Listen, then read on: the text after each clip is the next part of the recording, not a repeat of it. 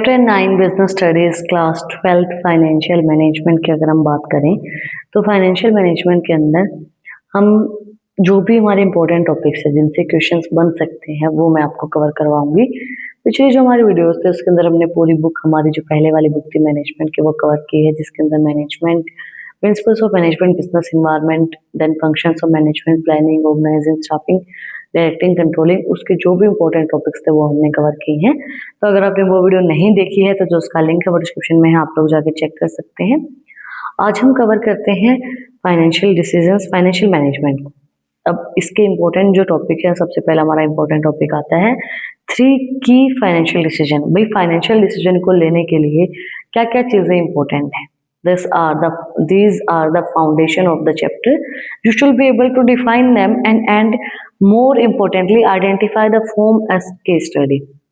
आपको ये पता होना चाहिए कि भाई क्या किस तरीके से ये जो डिसीजन है ये हमारे इंपॉर्टेंट है। अब अगर हम बात करें नॉर्मली फाइनेंस की, हमारे घर में अगर बात करते हैं तो हम क्या करते हैं, जो हमारी कमाई आती है उसके अंदर से हम क्या करते हैं कि भाई कुछ हिस्सा हम निकालते हैं कि भाई हमें सेव करना है। इन्वेस्टमेंट का डिसीजन लेते हैं कि भाई इतना हिस्सा हमें निकालना है, इसके हम इन्वेस्टमेंट करेंगे। और हम हिस्सा निकालते भाई हमें कितना खर्चा चाहिए, फाइनेंस का डिसीजन लेते भाई हमारे पास कितना पैसा है, उसके अकॉर्डिंग भी हम डिसीजन लेते हैं। उसके बाद हम डिसीजन लेते भाई हमें कितना प्रॉफिट हुआ है, हमारे पास बचा कितना पैसा है। उस बचे हुए पैसे से हम क्या करते हैं, हम सोचते हैं भाई हमें इसमें से कितना खर्च करना है और कितना वापस सेव करना है, वापस बचाना है या वापस करना है। तो 3 इंपॉर्टेंट डिसीजन हमारे होते हैं। सबसे पहला हमारा था dividend decision, relates to how much of the profit is to be distributed to share holder and how much is to be return.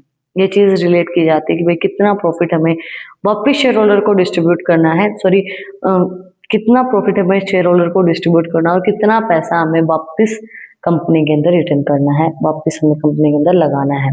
इसके बाद investment decision relates to how funds are invested in different assets. ये relate करता है कि भाई जो funds है हमारे वो किस तरीके से इन्वेस्ट किए जाते हैं डिफरेंट डिफरेंट एसेट्स के अंदर, long term, short term. And capital budgeting is also most critical part है। कैपिटल बस्टिंग भी बहुत इंपॉर्टेंट है कि भाई कैपिटल बस्टिंग हम किस तरीके से करते हैं। इसके बाद आता है financial decision and relates to the quantum of finance to be raised from various long term and short term, जो भी हमारे लॉन्ग टर्म सोर्सेज होते हैं उनसे। ये रिलेट करता है कि भाई हम किस तरीके से अपने जो फंड्स हैं उसको बढ़ाते हैं, जो लॉन्ग टर्म हमारे सोर्सेज हैं उनसे अपने पैसे को कैसे बढ़ाते हैं, फाइनेंस को कैसे बढ़ा रहे हैं, डेट और इक्विटी, जिस तरीके के जो फंड होते हैं इनसे हम अपने पैसे को और ज्यादा बढ़ाते हैं। इसके बाद हम बात करते हैं फाइनेंशियल प्लानिंग की। Understand the financial planning is not just about saving money. इसका मतलब ये नहीं होता कि भाई हम फाइनेंशियल प्लानिंग की अगर बात करें तो इसका मतलब ये नहीं कि भाई हमें सिर्फ पैसा बचाना, इट मीन्स फाइनेंशियल प्लानिंग। अगर हम महीने में पैसा बचा रहे हैं, मान लो अगर हमारे घर में 30,000 रुपए बच रहे हैं, जैसे हमारे साल जो महीने की इनकम है वो 1 लाख रुपए है और उसमें से हम 30,000 रुपए बचा रहे हैं, तो फाइनेंशियल प्लानिंग का मतलब ये नहीं होता कि भाई आप पैसा बचा रहे हो, saving money. It is about ensuring ability of funds whenever required and seeing that the firm does not raise resource unnecessarily। इसका मतलब ये है कि आप अवेलेबिलिटी ऑफ फंड को देखो। भैया आप पैसा बचा रहे हो, ठीक है, भाई आपके पास पैसा है कितना, कितना आपको रिक्वायरमेंट है, कितना फर्म को जरूरी है और कितना जो रिसोर्सेज हैं वो अगर अननेसेसरली तो बढ़ाए नहीं जा रहे हैं, तो आपको उस चीज को फाइंड आउट करना है कि भाई कोई बिना बात का खर्चा तो नहीं हो रहा है, जो चीज की नीड नहीं है वो तो नहीं हो रही है, अननेसेसरी चीजें तो नहीं हो रही है। तो फाइनेंशियल प्लानिंग वो भी होती है। ट्विन ऑब्जेक्टिव होते हैं इसके। सबसे पहला होता है हमारा to ensure availability of fund. सबसे पहले ऑब्जेक्टिव है कि भाई फंड अवेलेबल रखना हमेशा। आप पैसा कितना ही बचा लो, मान लो आपके पास at the end of the year या फिर at the end of the month आपके पास पैसा होता ही नहीं, तो बहुत से लोग मैंने ऐसे देखे हैं जो कि 1-1 लाख रुपए, मेरे कुछ दोस्त हैं या फिर मेरे जो दोस्त हैं उनके हस्बैंड हैं जिनकी इनकम, मंथली इनकम 1 लाख रुपए है और वो eight the end of the month credit cards पे आ जाते हैं, उनके पास पैसा नहीं होता है। क्यों नहीं होता है? क्योंकि उनको फाइनेंशियल प्लानिंग नहीं आते है। पहले 10 दिन 15 दिन तो खूब खुल के खर्चा करेंगे, उसके बाद उनके पास कुछ नहीं होता है।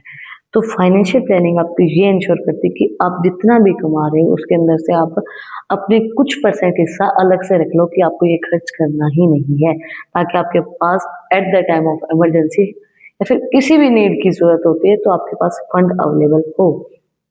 To see that the firm does not raise resource unnecessary. और एक ही चीज देखनी, जो फर्म है वो अननेसेसरी तो कोई भी रिसोर्सेज को बढ़ा नहीं रही है, मतलब जिन रिसोर्सेज की आपको नीड नहीं है, जिनके ना होने से होने से कोई फर्क नहीं पड़ रहा है फर्म को, तो ऐसे रिसोर्सेज को फर्म बढ़ा तो नहीं रही है। तो ये चीज हमें देखनी है फाइनेंशियल प्लानिंग के अंदर। इसके बाद हमारा जो टॉपिक आता है वो आता है फिक्स्ड एंड वर्किंग कैपिटल। क्या होती है fixed capital and working capital? You must know the factor affecting the requirement for both. आपको ये पता होना चाहिए कि भाई कौन कौन से फैक्टर इनको अफेक्ट करते हैं। सबसे पहले हम बात करते हैं वर्किंग कैपिटल की। Nature of business, trading versus manufacturing, business cycle, boom versus dispersions, seasonal cycles, operating efficiency and credit allowed and credit availability. ये फैक्टर्स जो हैं वो हमारे वर्किंग कैपिटल को अफेक्ट करते हैं। वर्किंग कैपिटल क्या होती है? जो हमें डे टू डे ऑपरेशंस को रन करने के लिए चाहिए होती है, जो हम डे टू डे काम करते हैं उनके लिए जो हमें पैसा की नीड होती है वो हमारी वर्किंग कैपिटल होती है। इसके बाद आती है फिक्स्ड कैपिटल। इसके अंदर nature of business, scale of operation, choice of technique आप कौन सी यूज कर रहे हो, भाई आपकी फिक्स्ड कैपिटल किस तरीके से काम करेगी, क्या टेक्निक आप उसको यूज कर रहे हो, टेक्निकल अपग्रेडेशन, वो आपकी फिक्स्ड कैपिटल को अफेक्ट करती है। ये फैक्टर्स हमारे फिक्स्ड कैपिटल और वर्किंग कैपिटल को अफेक्ट कर सकते हैं। अब हम बात करते हैं capital structure and trading on equity. This is often where the numerical questions और हाई ऑर्डर थिंकिंग जो क्वेश्चंस हमारे होते हैं वो इससे पूछे जाते हैं, कैपिटल स्ट्रक्चर और ट्रेडिंग ऑन इक्विटी से। बहुत इंपॉर्टेंट है, न्यूमेरिकल क्वेश्चन बाई चांसेस से आते हैं। सबसे पहला हमारा concept the mix between debt and equity. Capital structure जो है वो मिक्स होता है डेट और इक्विटी का, एंड ट्रेडिंग ऑन इक्विटी जो है वो फाइनेंशियल लिवरेज उससे मिलती है। And practice the numerical example where the increasing the earning per shares provide the return on investment is greater than the rate of interest on debt। आपको ये जो मैंने एक चीज़ें बताई हैं प्रैक्टिकल जो है न्यूमेरिकल आपके एग्जांपल, जैसे भाई जो डेट है वो इंक्रीज हो गया और अर्निंग हमारे पर शेयर वो भी इंक्रीज हो गए हैं, तो आपको उस चीज़ को प्रूव करना है।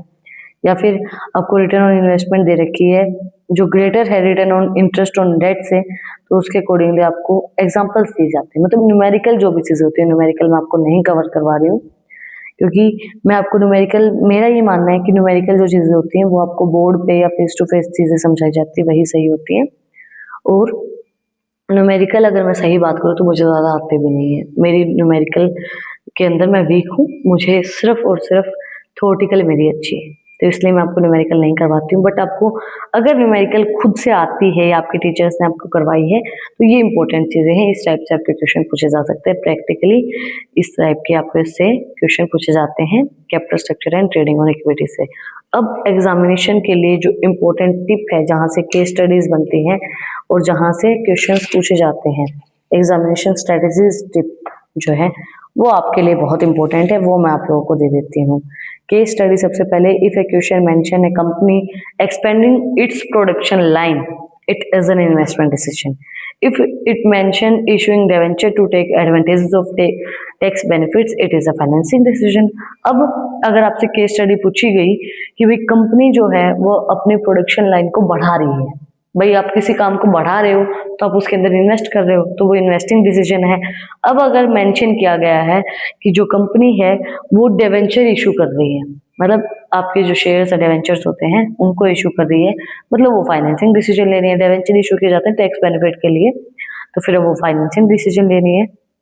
तो इस टाइप की केस स्टडीज आपसे पूछे जा सकते हैं। उसके बाद कंपैरिजन जो है वो आपका किस तरीके से होगा, be prepare to difference between capital budgeting and working capital management. आपको प्रिपेयर करना है कि क्या डिफरेंस होगा कैपिटल बस्टिंग और वर्किंग कैपिटल मैनेजमेंट के अंदर, तो इसका कंपैरिजन आपको पता होना चाहिए।